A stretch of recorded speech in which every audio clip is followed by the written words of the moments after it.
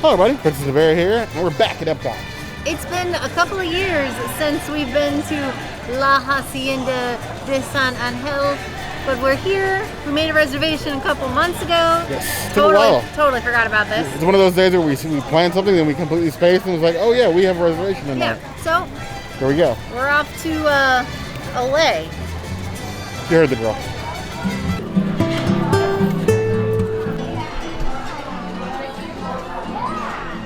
Now we have the El Diablo. I really only ordered this drink because I wanted a mezcal drink, and this was the first one that I saw.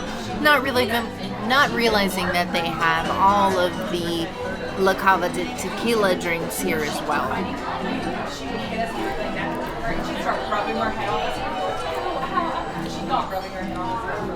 Hibiscus salt is beautiful.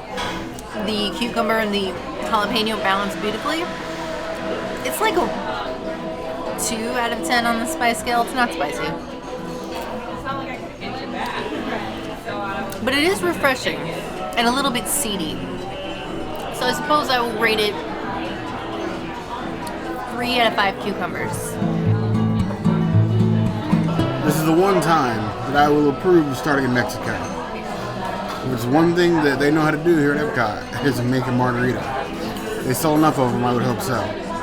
I love this rim. It's like pink salt, purple salt mixed in. It starts to drip down the glass. It's a bit messy, but I come to Mexico to get messy.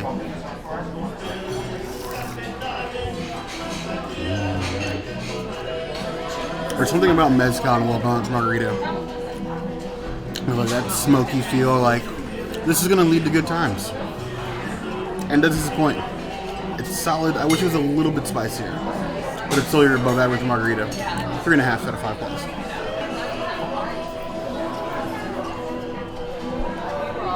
Last time we were here, the waiter told us that it took them years to perfect this recipe for the avocado margarita, and that it's a unique one for La Hacienda that's different from the other stands. I doubt that at the present time.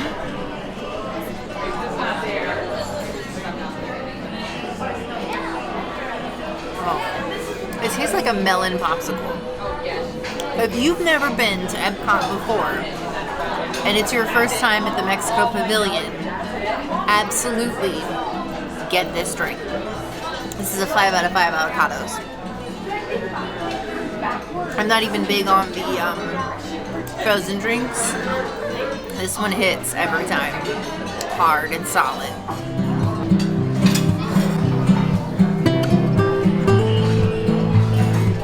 Different avocado head. You just have this innate love for everything avocado, i.e. most millennials nowadays. You cannot turn around a blended avocado margarita, complete with all the fixins. It's basically green snot in a glass, but in a good way.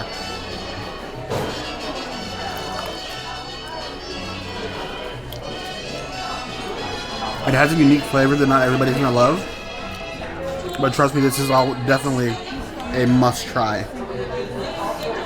If you go anywhere else in EPCOT to get a margarita, at some point you should definitely stop by here. For me, it's a 5 out of 5 claws. It's on my bare necessities list. Chips, guac, and salsa. What better combination is there in life? I think I'm just gonna do the guac by itself first.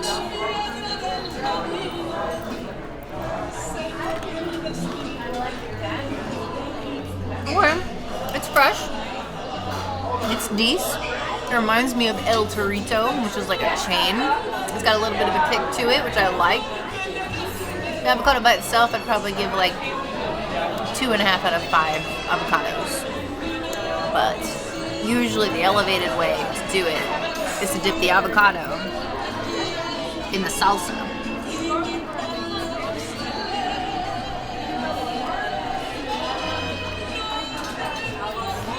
Oh yeah. Because then the salsa brings in like the salt and heat. Yeah, so that one definitely gets a 4 out of 5 avocados. And the salsa by itself.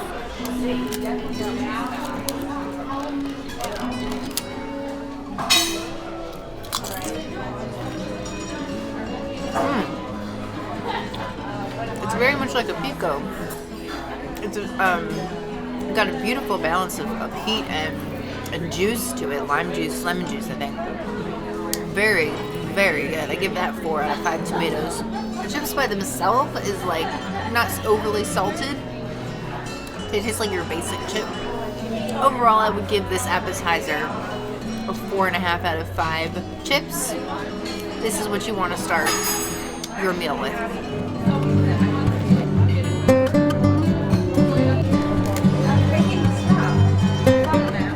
Of course, we're at a Mexican restaurant. We're getting guacamole. It's gonna happen every time. Frances is not gonna say no to her mooshed up avocado in a bowl, complete with salsa. We did get it modified without the mango because obviously I don't want to die. I hope most of you don't want me to die. But it looks kind of plain. Like I'm not seeing the usual fix in there. There's definitely some in there, but it's definitely the prettiest guacamole we've ever gotten.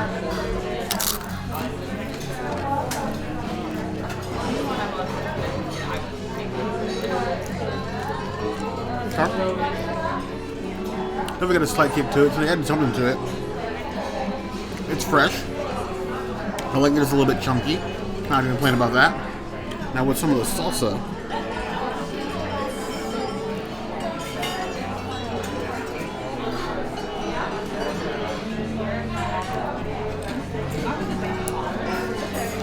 Okay. Never gives it a little tang. Citrus sort of bites through it. I wish the guacamole itself had more lime. And I thought it's kind of run of the mill, just like table salsa. Nothing special about it. You're gonna give us salsa, make it unique. Guacamole, I feel like I used some improvement. It's okay. I'd give it average, 2.5 out of 5 pounds.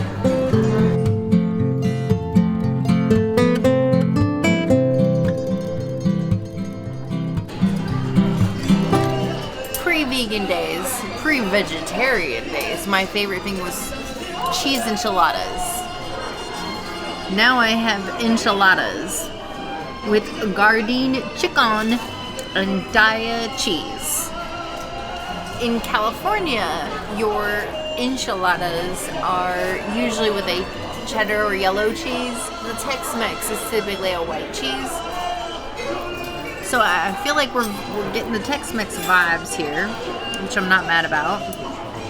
I'm gonna go ahead and just do a little choppy chop. Can you see inside there, my friends, or is it just Ches? Alright, a little bit of slaw. It looks like mostly black beans to me.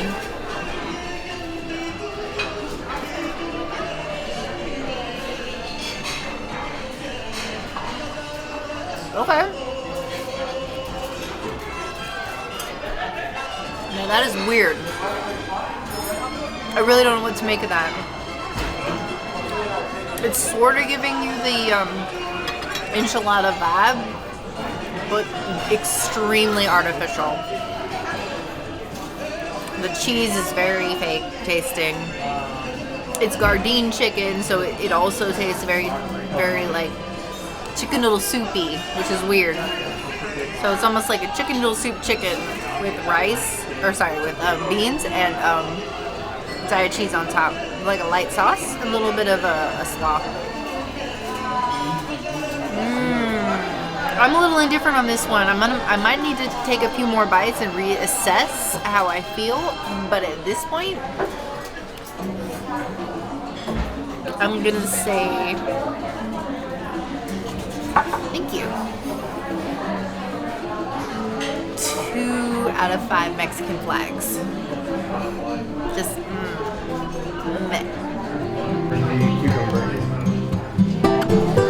I do enjoy the presentation. Cast iron skillet, just like all the rest of the dishes. You're not getting some like generic boat because they don't have faith in their plant-based food. Now the slaw up here, it's a nice touch. It's looking kind of dry, but it's got some green onions, some cabbage in here. It's colorful. It matches the dish. You got the cheese, which looks like plant-based cheese. Now, mind you, we've seen a lot of plant-based cheese in our time on this channel, so you can just tell when you look at it how it melts, or sort of like it less melts rather than just kind of stretches. It's exactly what this is doing. There's a huge chunk of plant-based chicken in there. The cheese, everything covered. Let's see what we got this time. Ooh, I just got a whiff of it. That does not smell good.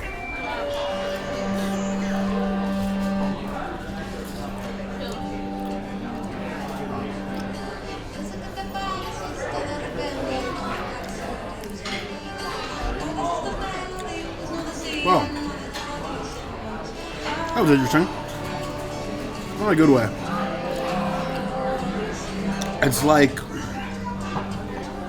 how to put this without sounding too offensive? There is no doubt that it's plant-based.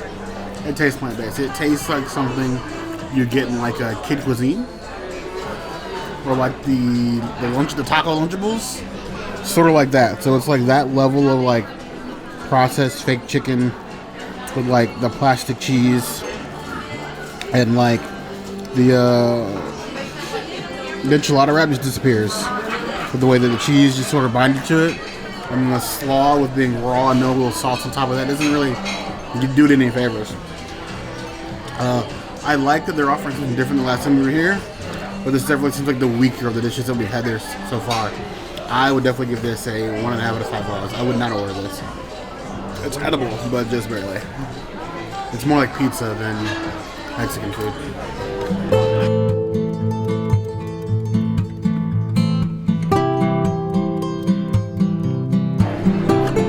Today's black beans are brought to you by plants. Oh yeah. These beans are seasoned beautifully.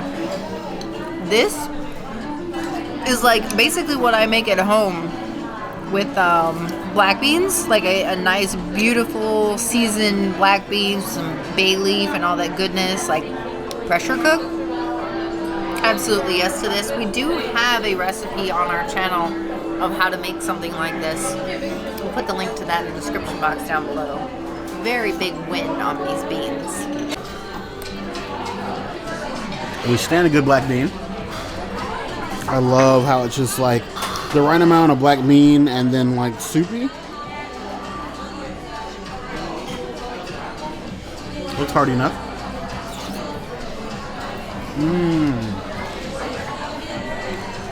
That's some so cooked black beans. It's soaked in the seasoning all the way. It's like gummet soft. I wish the enchilada had been based more around these beans than the alt meat. That would elevate it a little bit, I think. I give that 4 out of 5 plus. Probably some of the best just standard black beans we've had on property.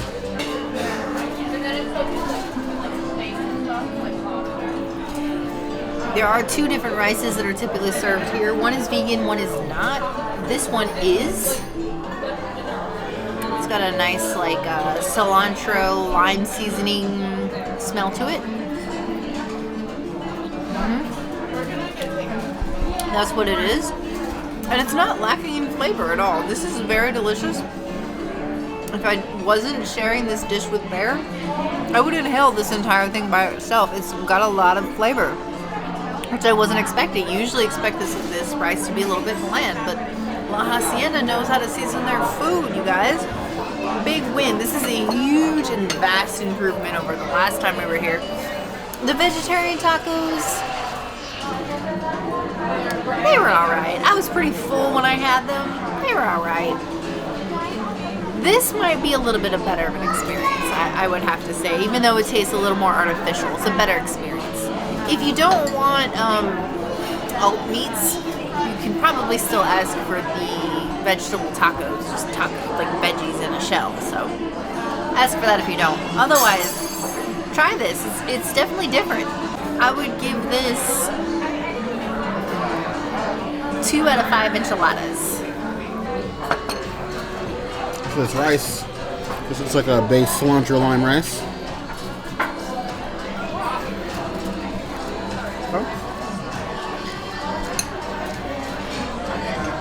Very well executed, heavy on the lime, but I still think better than the main.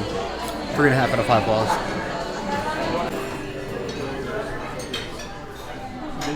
This pink popcorn is a lot bigger than the one that I got when we went to San Angel Inn. I'm okay with it being a bigger glass.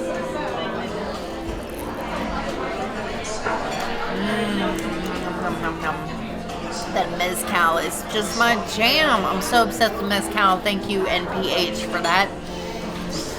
It's sweet, it's delicious, it's amazing. It doesn't necessarily taste like popcorn, but I'm still not mad about that. I would give it 4.5 out of 5 pink popcorns. Yes.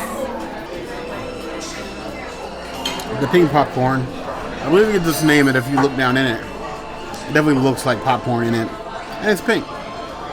It's probably not as poppin' as its name would suggest, but we like a themed drink.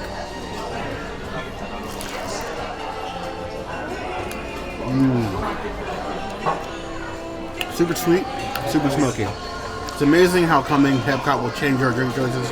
At home, I used to be strictly a whiskey and beer guy. Now coming to EPCOT, we can't have a house without mezcal in it. Like, we have to keep mezcal on hand. And I put it in everything. It's almost embarrassing now. Just like I keep liquid smoke on hand because of the smoked turkeys I drink so much on this channel. But this is tasty. Real men wear and drink pink. 3.5 out of 5 plus. That old black magic has no garnish. The first time we ever had this drink was at Cava de Tequila. We'll put a link to that in the description box down below, of course.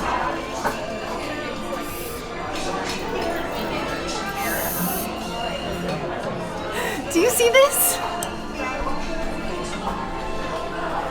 I'm just blowing straight air. There's a huge hole in this straw. Alright, let's screw the straw. It's so good. It's like blackberry goodness. We did try to remake this at home one time during a live stream, and we did not do very well. This is what a black magic should taste like, and not necessarily look like, but taste like. It's very good. Mezcal is amazing. This is the drink that turned me on to mezcal, and now I cannot drink tequila any other way. Thank you, NPH. This is a huge disappointment of an agave straw. I love these straws. They're so much better than paper straws.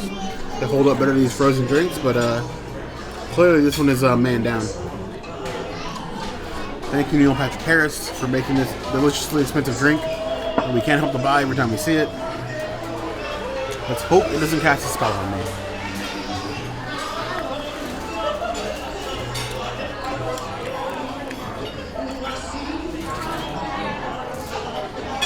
When you were a kid, maybe when you were a kid, when you were a teenager, thinking about what alcohol tastes like when you be older, this is it.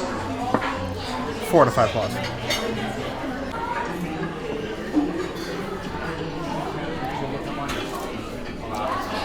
Here we have the beautiful Alambre de Res, which is basically cubed skirt steak with pepper jack cheese, peppers, pico, a verde sauce, and then flour tortillas.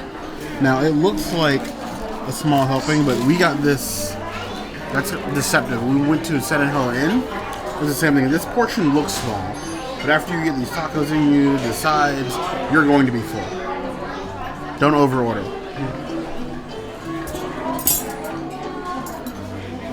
So, I'm going to start with a little bit of pico as a base. I know I'm doing it backwards. Get a little bit of the steak in here, the cheesy goodness. Make sure we get some peppers in here. Get a little bit of the salsa verde. Maybe a lot of it. And because they put it here, a little squeeze of the lime. As I squirt it all over myself and not on the taco. How'd I do? Let's hope it's as pretty, it tastes as pretty as it looks.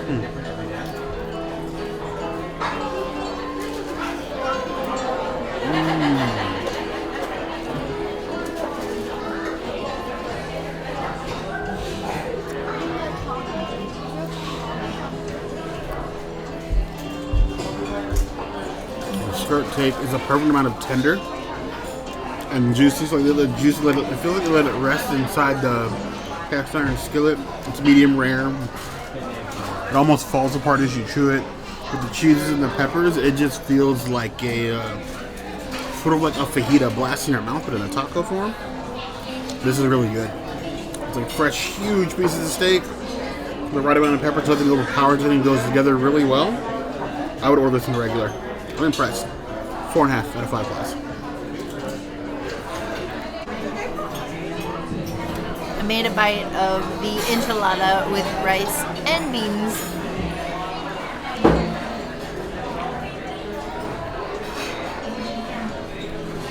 It does bring a lot more flavor to the dish, but it doesn't save it from tasting like alt meat. If you're not an alt person, definitely do not order this dish. You're not gonna like it. So, La Hacienda, it's been a while. It's been a while, but it was a good long while. Yes. With reason. Apparently. The plant-based options still need work. But it's a vast improvement. I gotta say though, if you're looking for a non-alt option, unfortunately this is no longer the place for you. But the drinks are still good, and the avocado margarita is still here. I loved my food. I didn't like it. The princess didn't enjoy hers. It's one of those mixed places. When the menu changes, they offer something more compelling plant-based. Of course we'll be back. But we want to know when was the last time you guys came to La Hacienda. Let us know in the comments. Is there anywhere else around EPCOT or Walt Disney World Pier that you'd like us to go? That's going to be the place to find us. Hit that notification bell if you want to see other videos like this. And we have new videos 5 days a week. Monday, Tuesday, Wednesday, Thursday, Saturday. And we will see you soon. Be sure to subscribe. You heard the girl. And like this video.